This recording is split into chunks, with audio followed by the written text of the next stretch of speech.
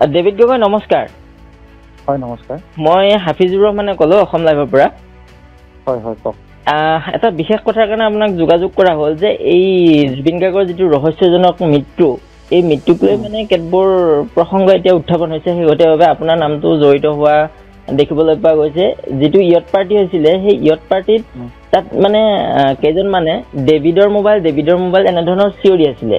প্ৰকৃততে ইয়ট পাৰ্টিত আপুনি অংশগ্ৰহণ কৰিছিল নেকি? মই আপোনাক কথাখিনি একদম ক্লিয়াৰলি কৈ আছো। মই গৈছিলোঁ 18 তাৰিখে ৰাতি, ঠিক আছে, ৰাতি ফ্লাইট আছিলে, তাৰপিছত কানেক্টিং ফ্লাইট আছিলে, তো ৰাতিপুৱা তাত পালোগৈ, ঠিক আছে, 19 তাৰিখে। তাৰপিছত পাই মেলি, মানে 19 ছেপ্টেম্বৰ কথা, হয়। তাৰপিছত তাত পাই মেলি তাতে এয়াৰপৰ্টতে অকণমান ৰাতিপুৱা আছিলে, ব্ৰেকফাষ্ট অলপ কৰি মেলি মই হোটেল বেলেগ হোটেল লৈছোঁ। মই নিজে আমি হোটেল আমি জাষ্ট ইভেণ্টটো অৰ্গেনাইজ মানে কৰিছিলে, আমি গৈছিলোঁ জাষ্ট বস্তুখিনি অলপ কিবা কামৰ বস্তু ওলাব নেকি সেইটো কাৰণে গৈছিলোঁ, ঠিক আছে। তো মই হোটেল চব বেলেগকৈ লৈছোঁ, মই নিজেই চব বুকিং কৰিছোঁ। মোৰ লগত আৰু এজন লগৰো স্কুলৰ লগৰ এজন গৈছিলে, সি বাৰু একো ইভেণ্টৰ কাৰণে যোৱা নাই, সি জাষ্ট ফুৰিবলৈ গৈছিলে। তো সি আৰু মই একেলগে আছোঁ। তাৰপিছত গ'লোঁ, তাৰপিছত আমি হোটেলখনত এৰাউণ্ড 12:30-1টামান বজাত চেক ইন কৰিছোঁ, বেলেগ এখন হোটেল, IBIS বুলি হোটেলখনত। তাৰপিছত হৈ মেলি তাৰপিছত অলপ ৰেষ্ট ল'লোঁ, ফ্ৰেছ হ'লোঁ। তাৰপিছত মোৰ মানে 3টামান বজাত এখন মিটিং আছিলে, মানে সেইখন তাতে অলপ আগতে মানে ফিক্স হৈ থোৱা মিটিং এখন আছিলে। তো সেইকাৰণে মই বোলো 2:30মান বজাত গুচি যাম, আমাৰ যোনটো ইভেণ্টৰ ওচৰত আছে তাতেই, মানে ইভেণ্টটো য'ত হ'ব কথা আছে তাতে গৈছিলোঁ। তাৰপৰা সেই ইভেণ্টৰ ওচৰত গ'লোঁ, তাৰপিছত ইভেণ্টৰ তাত গ'লোঁ, তাৰপিছত গৈ পেলাই তাতে আছোঁ, নৰ্মেলি আছোঁ। তাৰপিছত ইতিমধ্যে মোৰ লগৰজন যোৱা নাছিলে মোৰ লগত, তাৰপিছত সিও অলপ দেৰি পিছত ক'লে মোক কেব এখন বুক কৰি দিয়ে। তাৰপিছত মই তাক বুক কৰি দিলোঁ। তাৰপিছত সি অলপ দেৰি পিছত আহিলে, মানে এইটো মই ছিংগাপুৰৰ টাইমৰ কথা কৈ আছোঁ দেই, মানে 1টা বজাত 3টা বজাত ছিংগাপুৰ টাইম। তাৰপিছত আমি আছোঁ, তাতে আছোঁ, আমি বস্তুখিনি কৰি আছোঁ, ইভেণ্টৰ য'ত হ'ব লাগে তাতে আছিলোঁ বস্তুখিনি। তাৰপিছত অলপ দেৰি পিছত অসমৰ পৰাই মোৰ আৰু এজন লগৰে ফোন কৰিলে, বোলে ঐ ঘটনাটো শুনিলি নে? বোলো কি হ'ল? জুবিন দা বোলে ছিংগাপুৰত আছিলে, এনেকৈ আছিলে। মই বোলো একো নাজানো, গম নাপাওঁ ন, এই নিউজ চা বোলে। তাৰপিছত নিউজটো চালোঁ, তাৰপিছত হয় দেখোন, এনেকৈ কিবা কিবি হৈছে, চিৰিয়াছ হৈছে তেনেকৈ বুলি ক'লে। তাৰপিছত নিউজটো চাই আছোঁ। তাৰপিছত খুব বেছি চাগে আৰু আধা ঘণ্টাৰ ভিতৰতে তেওঁ মানে ঢুকাল বুলি কথাষাৰ ওলাই গ'ল। তাৰপিছত মানে ইমানেই বেয়া লাগিছে, মানে বিশেষকৈ বস্তুটো কিয় বেয়া লাগিছে আপোনাৰ, মানে কেনেকৈ হৈ গ'ল, কি হৈ গ'ল, তাৰ বেলেগ এখন দেশত হৈ গ'ল, কি হৈ গ'ল, ইমানেই বেয়া লাগিছে। তাৰপিছত আমি অসমৰ আৰু 2-3জনমান মানুহ আছিলে। তাৰপিছত তেওঁলোকেও ক'লে, আমি খবৰ কৰিছোঁ ক'ত আছে এতিয়া, ক'ত আছে। তাৰপৰা কোনোবাই ক'লে কি বডিটো হস্পিটেল এখনলৈ আনিলে, কোনোবা এখন হস্পিটেল।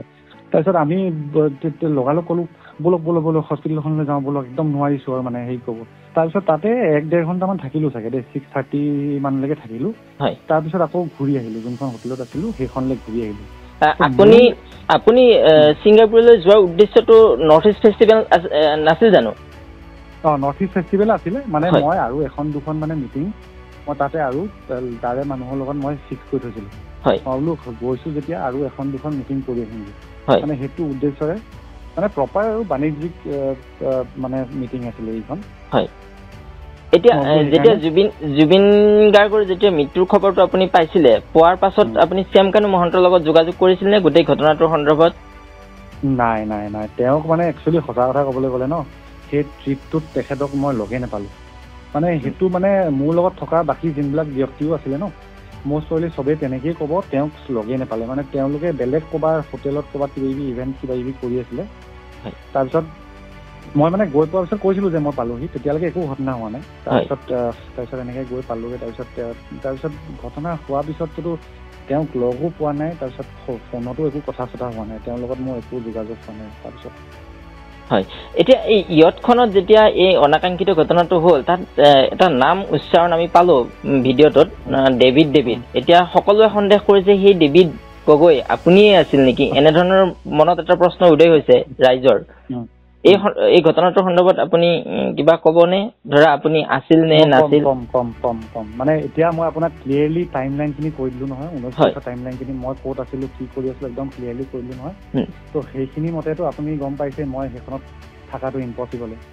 আৰু ছেকেণ্ড কথাটো হৈ গ'ল, তাতে থকা মই আৰু এটা নিউজ চেনেলত কৈছোঁ, তাতে থকা যিমানকেইজন ব্যক্তি আছিলে, মানে যোনবিলাকৰ নাম শুনিছোঁ, মই আজিলৈকে লাইফত কাকো তেওঁলোকক কথা পাতি পোৱা নাই, না লগ পাইছোঁ, মানে তেওঁলোকৰ নামেই শুনি পোৱা নাই একচুৱেলি সঁচা কথা ক'বলৈ মানে জুবিন গাৰ্গৰ অবভিয়াছলি জুবিন গাৰ্গৰ অনুৰাগী হয় ময়ো তেওঁৰ ন্যায়টো ময়ো বিচাৰোঁ তেওঁৰ কথাটো জানো বা কিবা কিবি জানো বাকী এই বেলেগ কোন আছিলে কিন্তু মই অকণমান ভালকে ভিডিঅ'টো শুনি চাইছোঁ এইটো এটা আপোনালোকৰ গাতো দুখ নাই বাৰু আপোনালোকেও মানে বস্তুটো পাইছে যিহেতু আপোনালোকে অকণমান তদন্ত কৰিবই তাৰপিছত বস্তুটো কি হৈছে মই কথাষাৰ অলপ ভালকে চাইছোঁ কিবা ডেলিট নে কিবা বুলি কৈছে মানে অকণমান মোৰ নামটো নিচিনা উচ্চাৰণটো অলপ মিলে ডেলিট তেনেকুৱা মানে অকণমান মানে মিলে জাষ্ট মানে কোইনচিডেন্স নাথিং এলছ মানে আপোনাৰ সত্য কথা যদি কৈছোঁ মই একদম সত্যতাৰে মই আপোনাক চব কথা কৈছোঁ মই আপোনালোকক লাগিলে সেইদিনাৰ মানে আপোনাৰ টিকেট মই হোটেল সেইবিলাকো দেখাই দিব পাৰিম একো ডাঙৰ কথা নহয় মোৰ চব আছেই এতিয়াও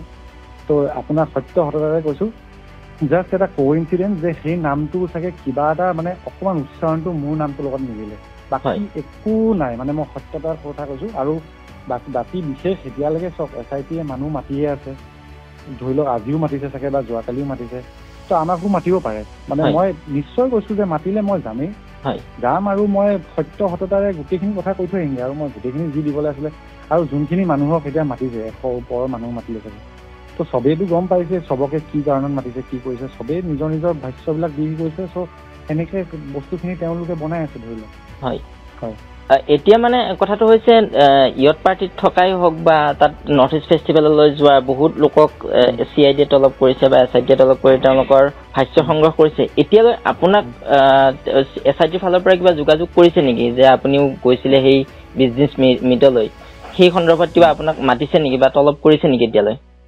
নহয় মই যেনেকৈ ক'লোঁ এতিয়ালৈকে মাতা নাই কিন্তু বস্তুখিনি চলিয়ে আছে ন প্ৰচেছটো চলিয়ে আছে ধৰি লওক হয় আৰু যেনেকৈ ক'লোঁ কালিও পৰহিও আজিও চাগে মাতিছে কাৰোবাক তো সেইটো যদি মাতে নিশ্চয় মই যাম মানে আপুনি তদন্তত সহযোগ কৰিব একদম 150% 200% এনি ডে যেতিয়াই মাতিব এনি ডে মই বস্তুখিনি কৈ থৈ আহিমগৈ মই মোৰ ভাষ্যখিনি কৈ থৈ আহিমগৈ মই যি মানে সেইদিনা জাষ্ট মানে কোইনচিডেন্স হৈ গ'ল যে মই সেইখন চিটিত আছিলোঁ সেইটো সময়ত আৰু সেই কিবা ইহঁতত কিবা অকণমান নামটো মোৰটো নিচিনা অলপ উচ্চাৰণটো অলপ মিলিছে বেলেগ একো নহয় জাষ্ট কোইনচিডেন্স একদম ক্লিয়াৰলি কোইনচিডেন্স আপুনি সেইটোৱে মানে মোৰ একদম সত্যতা আৰু যদি মাতে মই যেতিয়া আপোনাক এতিয়াও কৈছোঁ প্ৰথমতেও কৈছোঁ সত্য কথা কৈছোঁ আপুনি যেতিয়াই মাতে যিয়ে মাতে মই একদম নিশ্চয় যাম আৰু মই একদম কথাখিনি ভালকৈ কৈ থৈ আহিমগৈ হয় ধন্যবাদ ডেভিড ডাঙৰীয়া